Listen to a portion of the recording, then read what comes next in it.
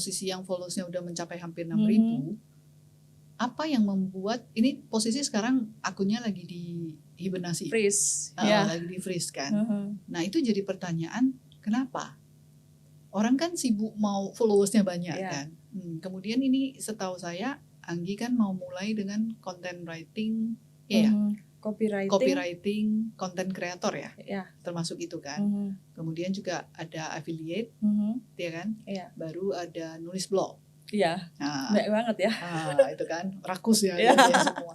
Kenapa gitu? Apakah kembali lagi Anggi merasa ada something yang missing lagi? Oke. Balik yang di follower yang 6.000 itu tadi ya kan. Jadi kayak ada beban moral gitu Ci, ya kan. Sebenarnya aku pengen ngasih sesuatu sama orang, ngebantu lah, ya kan.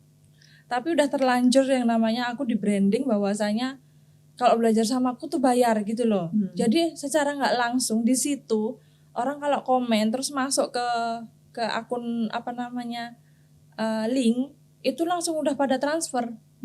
Nah di situ jadi beban. Mau tau nggak Ci? Itu sebagian udah kebalikkan bro. Aku terima itu. Oh, menjadi beban artinya kayak gimana? Jadi beban gini. Nanti orang ini mengharapkan yang lebih sama aku. Ekspektasinya iya. Nanti kalau mereka nggak jadi, aku yang dihujat. Padahal kan aku udah ngasih nih apa yang udah aku praktekkan ya kan. Bahkan di grup waktu itu kan buka juga grup untuk private, terus grup-grup yang free gitu kan. Nah seperti itu. Itu pun aku istilahnya ketok pintu, tok hari ini udah praktek apa, halo gimana kabarnya gitu. Capek dengan itu? Capek. Oke. Berarti kayak merasa balik lagi ini bukan jalannya yang untuk Anggi gitu ya? Merasa seperti itu ya? Gitu. Aku kayak kok terkuras sekali energiku di sini gitu. Cuman untuk dapat feedbacknya dari teman-teman yang belajar sama aku kok belum ada, harus ini harus apa, lebih sabar lagi rasanya aku ya. Sampai follow up. Iya kan. Iya. Mengerti. Seperti itu. Makanya sampai ini kayaknya harus aku tutup deh, kalau enggak ini transferan masuk terus. Lama loh untuk ininya ngechat orang itu biar aku balikkan lagi uangnya. Ini menarik ya. Sebenarnya kan orang buat itu untuk followers, kemudian misalnya ada digital product yang dijual, kemudian orang kan mengharapkan sebenarnya itu laku kan. Justru di sisi Anggi ini menjadi beban. Ya kan? Nah, sekarang menjadi ini kan mau belajar copywriting. Iya. Nah, apa nanti bedanya dengan yang menjual produk digital? Apakah beban mentalnya nanti lebih dikit atau gimana pandangannya Anggi? Kalau pandanganku beda jauh sih itu. Karena kalau di copywriting, nulis ya istilahnya nulis lah ya kan. Itu seakan-akan aku bercerita tentang diriku sendiri. Terus apa yang aku dapat, apa yang aku baca, apa yang aku dengar bisa aku tuangkan dalam tulisan itu. Gitu kan. Tanpa aku membimbing. Gitu. Meminta nasihat kita. Kan kita kadang merasa mau membantu ya, tapi ada kalanya itu jadi beban. Apakah yang kita katakan ini sesat atau memang membantu kan? Karena tergantung si orang itu menyikapinya, melaksanakannya atau apa ya, beban ya. Apa kita termasuk orang yang nggak bisa dibebani dengan yang seperti itu gitu? Gimana ya? Jadi kalau yang Cici sampaikan ini tadi, ya kan, yang aku dapat ya. Untuk sekarang ini ya udahlah, aku udah membantu secukupnya. Kalau nanti untuk masalah hasil itu bagianmu lah gitu. Sebenarnya kan memang nggak bisa fully ke si mentor ya, nggak bisa fully kan. Apalagi kalau misalnya dia bukan one on one aja, kalau semua one on one capek ya. 10 orang one on one berarti follow up one on one satu-satu kan. Sementara kalau kelas yang global semua juga kadang bisa nggak terkendali. Itu. Terus waktu itu ada problem juga di keluarga besar, jadinya kan pikiran jadi campur-campur di situ, ya kan? Keluarga besarnya Pak Su ya. Jadi ke distract semua lah ini. Tadinya udah bikin konten kayak gini, tiba-tiba jeder ada kejadian yang wow. Ada nggak merasa kayak sayang nih udah 6.000 gitu?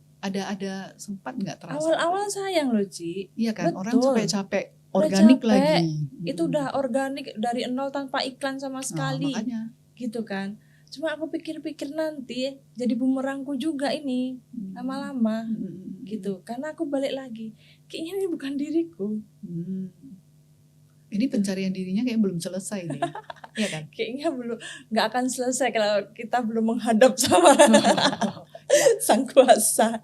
Terus waktu sekarang ini kan mulai larinya ke yang belajar copywriting inilah kan. Saya punya pandangan gini.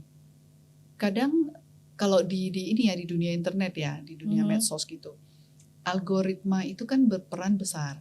Dia kan fungsinya kayak membaca perilaku kita. Iya. Kemudian dia akan mencocokkan yang kayak kita misalnya scrolling di Instagram, sekali kita lihat yang hal tertentu misalnya tentang hewan peliharaan, nanti yang bermunculan itu terus kan. Itu kan kerjaan algoritma kan. Iya. Jadi terkadang saya mikir, apa orang yang nyiptain algoritma ini, dia sebenarnya belajar dari cara kerja semesta. Karena kenapa? Perhatikan nggak ya? Kalau misalnya kita mulai tertarik ke satu bidang, terus beneran gitu ya, yang positif lah ya, beneran gitu kan, nanti ada aja kita dipertemukan yang ngeling ke ini. Nah misalnya kan di Anggi sekarang copywriting gitu kan, oke lah misalnya kita ada kursus, itu kan effort kita kan, kita daftar kursus gitu. Tapi nanti ada aja kejadian yang kayaknya menyambungkan kita ke orang yang bidang ini, ya kan? Iya betul itu. Kan apa algoritma dia nyontek ya sama cara kerja semesta kan, asal kita benar-benar fokus, benar-benar mau gitu. Iya. Kayak dibantu. Kayak dibantu pas di frekuensi yang sama. Iya law of attraction yang sempat viral itu, yang sempat terkenal kan. Seperti misalnya di saya sendiri mulai tertarik dengan, waktu itu kita pertama jumpa kan nggak kenal sama sekali. Terus kemudian SGBVA-nya juga nggak satu angkatan. Tapi karena orang kumpulan yang Medan, ya udah jumpa gitu kan. Pas di saat itu saya lagi terpikir produk digital kan. Nah kemudian di hadapan saya tanpa ada temu janji, tanpa ada tahu apa-apa kan. Jadi saya jadi percaya hal kayak gitu. Di Anggi sendiri ada nggak pernah ngalamin yang kayak semesta membantu gitu? Sering. Percaya banget kan. Kita contohkan aja lah yang paling baru ini ya. Terpikir podcast, terpikir mau buat yang santai lah, ngobrol yang santai, nggak resmi kali. Kemudian studio di Medan ini kan sangat belum seperti Jakarta yang udah banyak studio-studio podcast yang nyewain 1 jam 2 jam gitu. Jadi mulailah di akhir bulan Mei, tanggal 20-an Mei itu kawan-kawan yang SGBVA, alumni SGBVA, kan kita ngobrol di Instagram, kemudian ketemuan yuk, kan dari hari itu udah lama gitu. Kebetulan Anggi waktu itu jalan-jalan ya, lagi jalan-jalan jadi nggak ikut. Itu tanggal 20-an Mei. Kita janji ketemunya di kalau nggak salah 1 Juni. Berarti ada kelang sekitar semingguan lah. Podcast ini atau acara berbincang inilah, itu udah lama di pikiran saya, tapi nggak realisasi, biasalah kan, tunda, nantilah. Terus 1001 alasan untuk enggak gitu kan. Nah kemudian di antara jeda tanggal 20-an itu ke tanggal 1, itu ada saudara dari kawan yang umurnya di atas saya 1 tahun, meninggal tiba-tiba. Jadi kayak waktu itu kayak bisa ya orang sakit di dadanya gitu, terus dibawa ke rumah sakit terus meninggal. Itu kelang ya, seminggu ya sebelum kita ketemuan kan. Jadi terpikir saya, apa sih yang kita pengen lakukan, tapi kita tunda-tunda terus. Dan kita pengen lakukan ini sebagai proyek pribadi aja, ya kan? Nggak ada kayak sasaran saya begini, nggak ada. Cuman pengen aja lakukan. Terus gimana ya kalau kita tunda-tunda, besok nggak bernapas lagi, kan? Nah, jadi waktu ketemuan tanggal 1 itu saya cerita ke kawan-kawan orang, Elis, Randy semua akan cerita-cerita. Terus mana ada viewersnya, kita kan bukan siapa-siapa, kita kan bukan public figure gini-gini kan. Ya yang paling pasti kan kalau kita upload minimal kan 2 viewers kan, saya sama yang itu pasti ada 2 viewers kan. Terus masa kamu gak punya kawan, masa kamu gak punya saudara, saya kan punya juga, masa mereka untuk nonton aja gak mau gitu kan. kerjakan aja lah gitu. Dari tanggal 1 Juni sampai Juli ini itu kan udah 1,5 bulan ya. Yalah. Itu maju mundur. Ya, maju mundur kayak enggak lah ya, nanti gini-gini. Ini kan juga ada biaya gini kan. Iya. Maju mundur. Terus tapi nggak dilakuin nanti nggak bernapas lagi gitu-gitu lah kan. Maju lagi. Besoknya mundur lagi. Pelin-pelan jadinya kan. Terakhir udah pastikan aja. Makanya di grup kita itu kan kita buat oke nggak jadi teman ngobrolnya. Kemudian buat lagi baju gitu kan. Betul-betul niat. Pokoknya maksa gitu kan. Buat bajunya. By the way bajunya ini dibuat di Tuesday the 15th yang ada di seberang CP Jalan Timur. Ini nggak endorse. Ini ngabarin aja. Jadi waktu itu terus ya udah buat aja. Terus sudah janji dengan kawan. Kayak kasih tekanan ke diri. Kalau misalnya kita udah ngomong ke kawan terus kita nggak jadi kan kita nggak enak. Nah, udah masalah nggak bisa mundur lagi sekali ini nggak bisa mundur gitu. Kemudian cari studio. Cari studio di Medan masih jarang. Scroll lah, search lah di IG kan. Sewa podcast gitu. Muncul sewa podcast Medan. SEO pertama ini tempatnya kan. Nah, SEO-nya paten deh. Nah, keren kan? Jadi langsung muncul keren ini. SEO-nya ini. Terus ngelihat lah kan, ngelihat gitu. Betul. Kalau ditanya-tanya DM aja nggak seru nih, bagusan lihat di lokasi aja gitu kan. Ya udah cari hari ini nggak boleh ditunda lagi, ini harus maksa ini kan. Cari hari Minggu, 2 minggu lalu datang, buat janji, kemudian jauh ini dari rumah lah ya, jauh lah, dan ini bukan tempat main saya gitu, asing lah. Udah datang aja deh. Nanti lihat aja apa yang terjadi. Iya. Jadi ini saya merasa kayak semesta memang membantu kan. Iya, betul. Kemudian datang, ketemu si bosnya ini, si Rangga, enak diajak ngomong gitu kan, ya udahlah, jadi aja deh. Tinggal nanya kawan-kawan, oke nggak? Kalau oke, deal aja gitu. Nah itu maksud saya, kadang semesta sebenarnya udah membantu kita, kita yang nggak bergerak. Betul, nggak ada action. Iya kan, kita hanya ini deh, tapi nanti deh, cari alasan deh. Kan kata orang hanya butuh 1 alasan untuk maju. Mau 1000 alasan mundur, tapi cukup 1 yang kuat, maju aja. Nanti mau jadi apa kita lihat aja nanti. Iya. Gitu. Nah happy-nya Anggi mau gila bersama gitu. Gila bersama, terus dia pula datang kan. Nah ini kan cerita tentang spiritualitas lah. Kita sama-sama meyakini bahwa semesta itu memang membantu. Sama dengan di Anggi sendiri, copywriting saat ini kan, nulis di blognya jadi nggak? Jadi kan. Cuman mungkin kadang-kala kendalanya bisa stuck ya. Iya, stuck pasti ada itu. Cuman kalau udah ada muncul di situ, aku pengen nulis ini, langsung itu bikin skripnya dulu, poin-poinnya dulu lah ya. Habis itu baru jam sekian harus kutulis itu. Oh, pakai disiplin waktu gitu ya? Iya. Bukan mood. Ini orang agak keras kepala juga ini. Gitu. Anggi bukan model yang kayak mutan gitu, kayak nggak lagi pengen gitu. Atau memang jam 4 sampai jam 5 saya harus duduk nulis gitu. Karena udah ada tujuan, Ci. Gitu. Kayak konten ini juga ya kan. Jadi memang harus konsisten ya kan. Balik lagi karena pengen kan dilihat di luar gitu loh. Itu aja. Tapi sebetulnya juga nggak ada sih tujuan konten pengen dapat income berapa, itu nanti. Itu bonusnya gitu ya. Yang pengen aku kayak self healing aja. Udah itu aja. Apakah Anggi memang menemukan bahwa dengan cara-cara ini kan kreativitas sebenarnya ya, menulis apa itu semua kreativitas. Apakah Anggi merasa dengan melakukan ini ada yang tersembuhkan gitu? Pasti. Pasti ada itu. Walaupun nggak full kan, masih tetap nyari. Pasti ada. Rasa insecure, Ci. Ya kan? Insecure. Insecure itu ngeri gitu loh. Jadi banyak di apa istilahnya masa lalu atau bolehlah bahasanya kayak inner child lah ya gitu ya.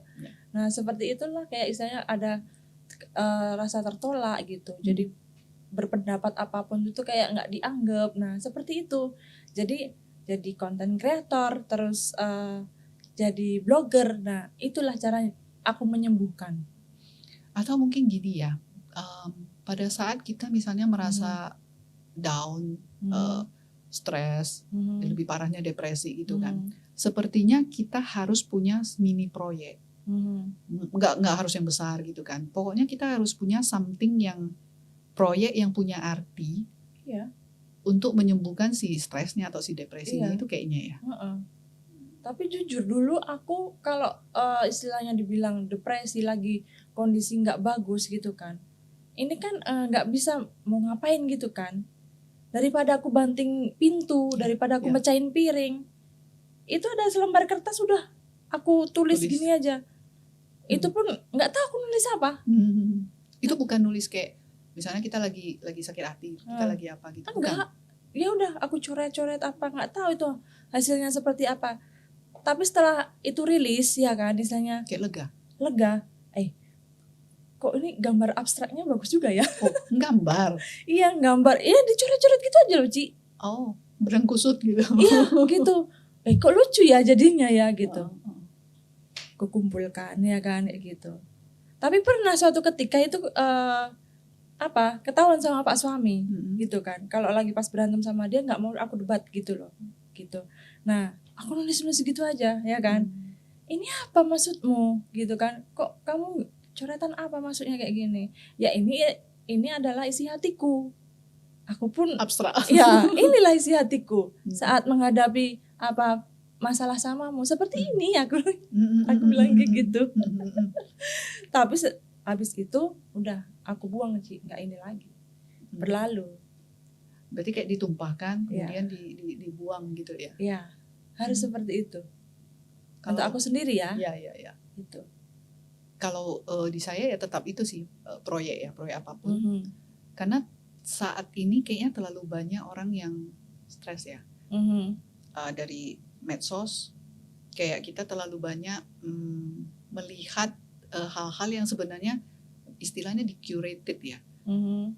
Saya pernah dengar yang omongan Oprah Winfrey ya. Jangan terlalu sibuk melihat hidup orang yang udah di-curated, yang udah dirancang kayak perfect gitu. Iya. Padahal di belakang belum tentu kan. Belum. Yang kita lihat itu yang dicantik-cantikkan. Yang manisnya aja. Iya, manisnya kan. Terus kita merasa hidup kita kok parah ya. Kayak istilahnya bahagia itu ada sampai perbandingan tiba kan. Awalnya kita biasa-biasa aja, orang happy-happy aja kan. Gara-gara ngelihat itu semua jadi down, jadi ini kan. Nah, saya lebih balik lagi, kita bukan ahli, kita kan cuma sharing pendapat ya, sharing pengalaman. Lebih baik kita punya proyek pribadi kita, apapun itu. Atau kasih tantangan, misalnya yang nggak bisa masak, saya harus bisa belajar masak. Something yang kita kejar ya kali ya. Sekarang seperti di Anggi kan berarti yang dikejar copywriting itu. Copywriting iya. Jadi konten kreator iya. Konten kreator sebenarnya sebelumnya juga kan. Berarti itu mau tetap dilakukan tapi dalam versi yang mungkin beda. Iya, betul. Oke. Bukan secara dulu kan brandingnya kan seorang edukator gitu kan. Berat memang. Berat gitu. Ya, memang betul berat. Saya sekarang ini apa rencananya? Rencana ininya. Juga lanjut aja dah. Kalau rencana untuk apa dulu nih? Untuk kelanjutan dari ini kan termasuk freelance ya. Ya. Jadinya Anggi ada sempat remote worker nggak? Sempat tapi kan belum dijawab nih ya kan, karena bolak-balik ngelamar. Mungkin ya satu sisi ya itu tadi semesta itu akan menjawab kalau kita udah siap. Ya. Itu. Berarti kalau belum siap artinya? Berarti tanya sama diri sendiri, berarti artinya aku belum siap. Simpel aja ya. Ya. Jadi ngapain aku stres gitu, ya udahlah. Akhirnya ya udah aku bikin ini aja, blog itu ya, nulis blog, terus bikin konten di TikTok ya. Gitu aja sama di IG udah. Yang blognya itu WordPress ya? Atau belum kupindah ke WordPress, masih di Blogger. Masih di Blogger. Kalau di TikTok lebih ke TikTok cuma sebetulnya sih fun aja. Karena hobi ini tadi ya, hobi terus. Tapi aku kasih tagline juga di situ, suka bercerita. Nah, saya lihat yang terakhir ini yang buat kopi. Oh, yang di IG. Yang di IG belum ku lanjutkan. Karena masih gini loh. Oh ya, aku mau ke IG ini nanti aku membrandingnya untuk sebagai freelance. Aku akan membahas tentang copywriting atau apa kayak gitu. Itu yang masih jadi pertanyaan gitu ya. Cuman aku kan punya asisten. ChatGPT. Oh ya, itu asisten ini semua orang kan, asisten sedunia. Itu sih. Jadi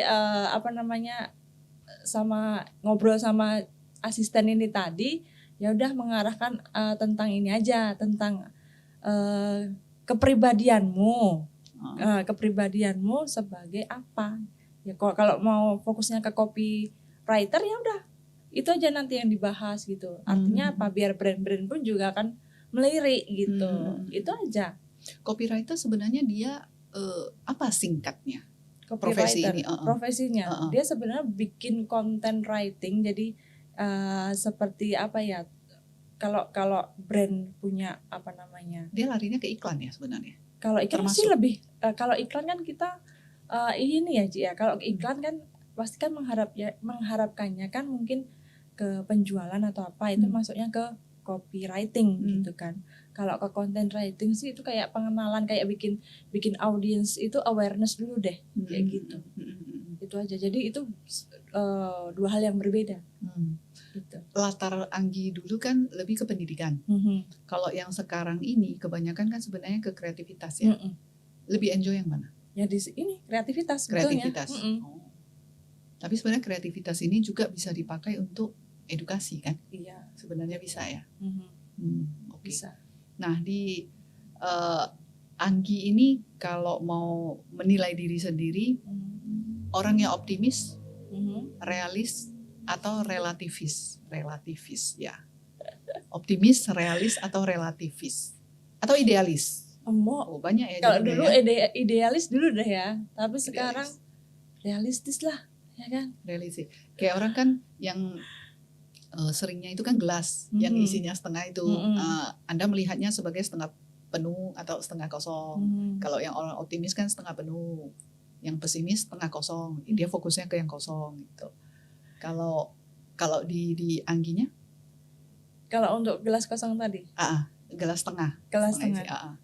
Kalau realis kan ya pokoknya ini gelas isinya. Iya, itulah. Ini ada gelas, ada isi air. Nggak tahu volumenya itu berapa gitu. Pokoknya ada airnya. Ada airnya di situ. Realis berarti. Oke. Saya cenderung relativis. Relativis artinya dulu cenderung idealis. Kayaknya kita semua dulu dilahirkan idealis. Setelah melalui hidup menjadi itulah realis gitu kan. Realis kemudian terakhir jadi relativis. Ada kaitan kurasa dengan spiritualitas yang kita bahas. Banyak hal itu kayak susah dikatakan benar, susah dikatakan salah. Kayak antara hitam dan putih. Apakah Anggi orang yang hanya melihat nggak hitam ya putih gitu, nggak putih ya hitam? Ya, kalau aku sendiri bilangnya gini, sebenarnya setelah aku mendalami spiritualitas ya, sebenarnya hidup ini nggak ada yang benar, nggak ada yang salah. Tergantung sudut pandang. Relativis. Ya, sudut pandang ya kan. Jadi kalau dibilang ada penderitaan atau kesengsaraan, ya tergantung sudut pandangmu dong, ya kan. Itu aja. Oh ternyata setelah mendalami itu lebih enteng sih untuk jalani hidup itu. Ya berarti lebih ke relativis sih sebenarnya. Tidak terlalu memegang kuat itu hitam, itu putih. Ya, karena hidup itu ada abu-abunya. Dan mungkin ada yang bagus tentang yang gelas tadi ya. Orang kan sibuk dengan setengah penuh apa setengah isi, ya kan. Jadi yang pernah saya lihat itu dia jawab gini, mau setengah penuh mau setengah isi, gelas ini bisa diisi kembali. Nah itu kerennya kan. Artinya kalaupun kita ada salah, ada yang ini, semuanya sebenarnya bisa diperbaiki. Iya betul. Gitu. Ada kira-kira dari Anggi untuk para audiens? Ada masukan ya terkait dengan ini ya, kita semua orang punya luka. Kan cerita spiritualitasnya. Semua orang punya luka, makna hidup, tujuan hidup. Ada nggak masukan Anggi? Anggi kan tetap dalam masa pencarian sebenarnya. Ya kan? Nah, Anggi sendiri ada? Untuk makna hidup ya. makna hidup itu bagiku satu, bersyukur aja. Itu. Bersyukur, jalani, ya kan? Terima resikonya, rangkul, kalau itu sakit, lepas, sudah, balik lagi. Mungkin di antara bahagia atau damai, kalau saya pribadi lebih cenderung pilih damai sih. Ya, tenang. Ya kan? Karena bahagia kadang-kala belum tentu tenang kan. Ya kan? Iya. Jadi lebih ke damai sih. Ya. Oke. Ada yang lain lagi nanti kira-kira? Udah damai itu tadi. Iya.